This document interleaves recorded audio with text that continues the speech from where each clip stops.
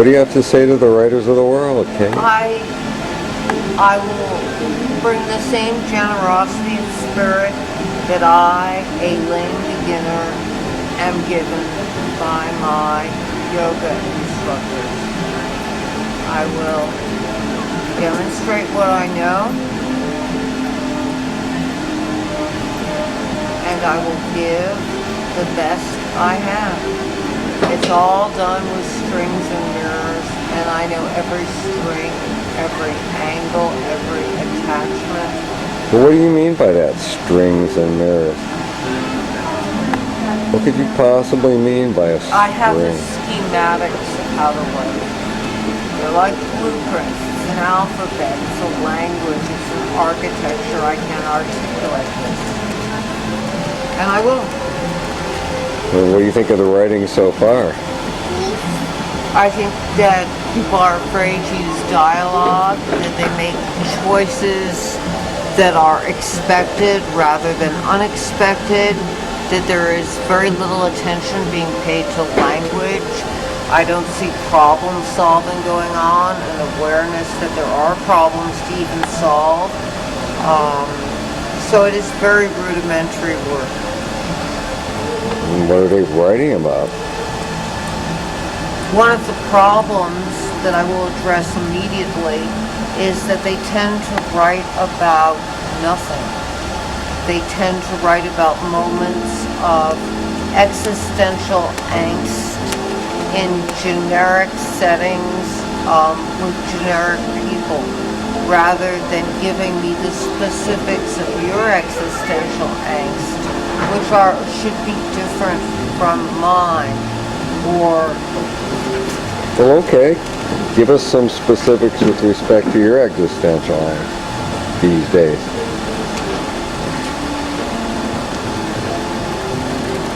Being, pull that string for us. I mean, how do you make existential angst interesting besides pouring a cup of coffee or a beer and turning on the TV? Yeah. And thinking, I feel awful?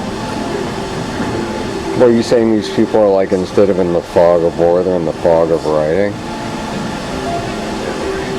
There is no writing here. There are only words on paper. This is not writing. Okay. So These are words inflicted on the innocent page. So give us an example of a real moment of existential angst versus a generic moment of existential angst. what makes it real? Here is a moment of non-real existential angst. Just my next paragraph. He made his way back to the store, lay down on the cot in the storeroom, and shut the light. He closed his eyes against the caterwaul of the drunks outside. Ah, she's making a comment. Generic. He could feel his pulse in his stomach. Gee, the traveling pulse. Watch the traveling organs. Well, what's wrong with feeling the pulse in your stomach? I don't Where should he think feel you it? Feel the pulse in your stomach. Watch the traveling organs. No organs. No organs? A truck drove by. Bottles rumbled in the piled boxes of liquor. He couldn't sleep. Hang on. He turned on the light. Of your personal belongings at all times. Unattended baggage is subject to search, inspection, damage, Rolling. And he turned on the light, rolled a cigarette, and contemplated the half-finished wall between him. End of story. Now, I object to the setting of most of these stories. They are set in anti-dramatic places. They are set in voids and vacuums that are very hard to bring to life. To set a story in a convenience store or okay, turn stage left and say that again, please.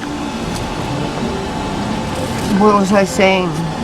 Well, you object to the generic settings, but why? What's wrong with a good generic setting? Isn't that sort of the basis of existential angst, is like all places or no places?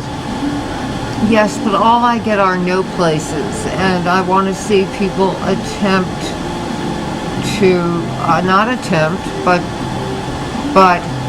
say that they will do something unexpected to relieve this existential angst, rather than looping through it day after day, hour by hour, inching through.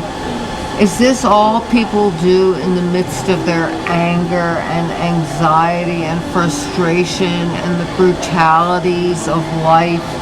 They turn on the light, roll a cigarette, and look at a half-finished wall. What do you do? No, I asked you first. I would think that interesting ways that could simply express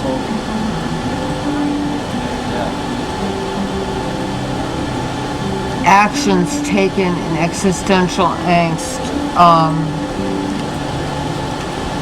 I think there is a desire to isolate, which I would play with by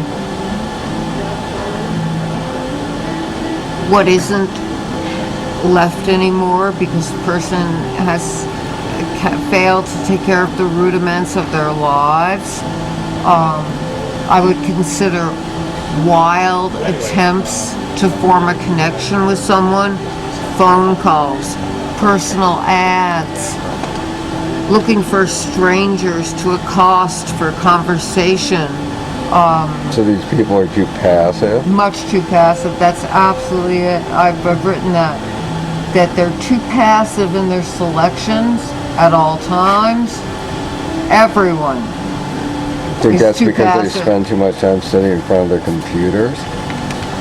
No, I think it's because they have no idea what they're supposed to be doing in front of their computers, and that they have no idea of how much there is to say, and they lack the tools with which to say it, and probably the desire, willingness, determination, and audacity to ever say it. Nonetheless, we will present them with stage 10 yoga, and they will respond or they will not, but they'll certainly learn a lot. Okay. Well, thank you, oh great writing instructor Kate Braverman. This is the Braver Cam. We're starting here in the Oakland airport, recording Kate's trip to Santa Fe. Robert Correa. And we're hoping that we'll get to Albuquerque by 10 o'clock tonight, and get up to Santa Fe, and then start our adventure immediately. All right. So do you have any final words for your fans at this particular juncture at the beginning of your journey? Oh, great one. No, I have 2 more papers, and then we could speak again. Okay, well, we're going to sign off. Give us that winning Kate smile. Okay.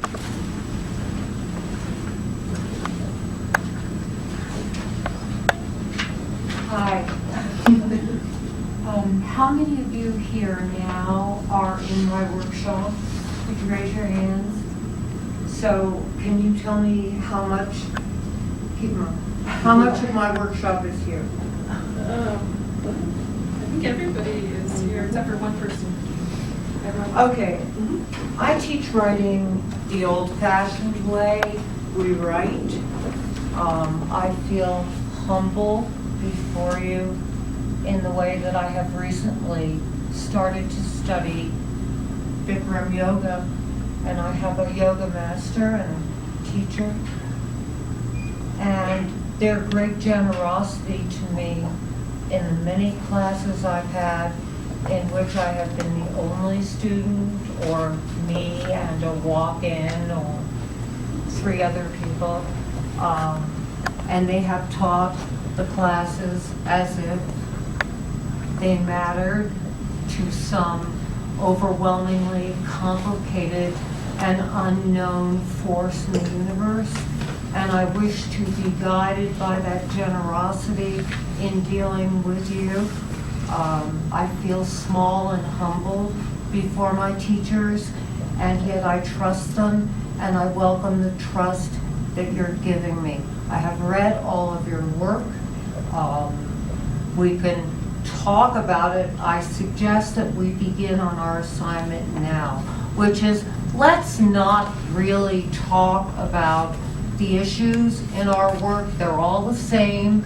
Basically, no one is using the page to its maximum potential.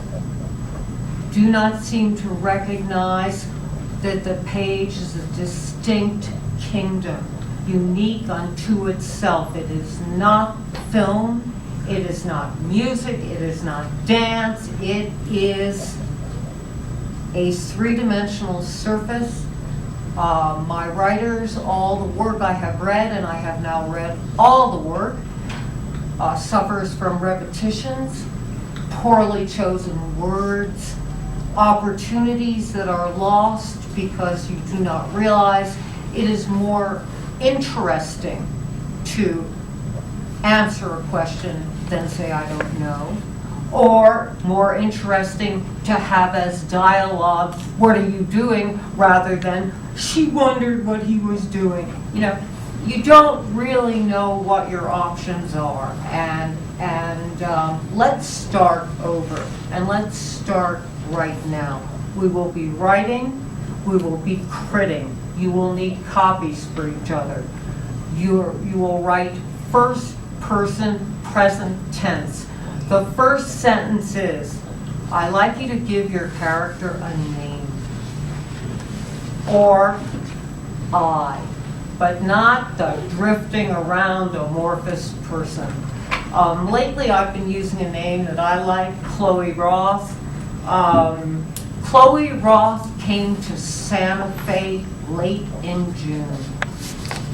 I arrived in Santa Fe late in June. In Santa Fe, he came to Santa Fe, whatever. That's the first line. 10 pages. Any place that you would put a period in, put a comma, and keep going. That's called walking the plank. That's called writing what you don't yet know. And I appreciate very much the trust that you place before me, and I am humble before it. Let's work. 10 pages, copies for everyone. I come, first person present tense would be the best. So, what? I am in Santa Fe in late June.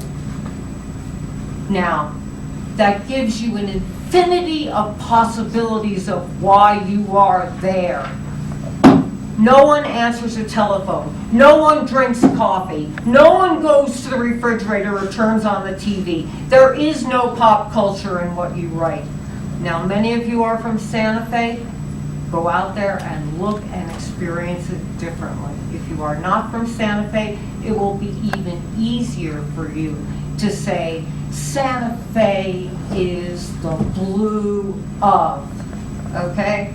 We'll go over banned words tomorrow when you bring them in, repetitions, certain words that I never want to hear and I have heard already, big, little, tiny, small, many, few. Those are not the words of a writer, okay? The difference between whether something is big or whether it is intimidating or elegant and stately, that is how stories are built, word by word, and you have the choice on every word you write. Is it small or is it neglected, derelict, abandoned, lost? You know, every time you stick one of those cheap words into what you are writing, you are saying, I am not committed. So in this spirit, and with your trust, let's get ready to work. Don't put the commas in. I am asked, how do you write what you don't yet know? It's because where you instinctively go to put the period in or turn the TV on or answer the phone or do something utterly predictable, talk about a TV sitcom, no TVs, no sitcoms, banned in the work that we will be doing. You write what you don't yet know by where you would close the door and put the period in, just put a comma in, and keep going. And suddenly, 2 pages later, you're writing what you don't yet know. Everything that you gave me are things that you and I and everyone else already know about the universe. You must walk the plank to write what we don't yet know. So in that spirit, let's get ready to rock. All right? Thank you.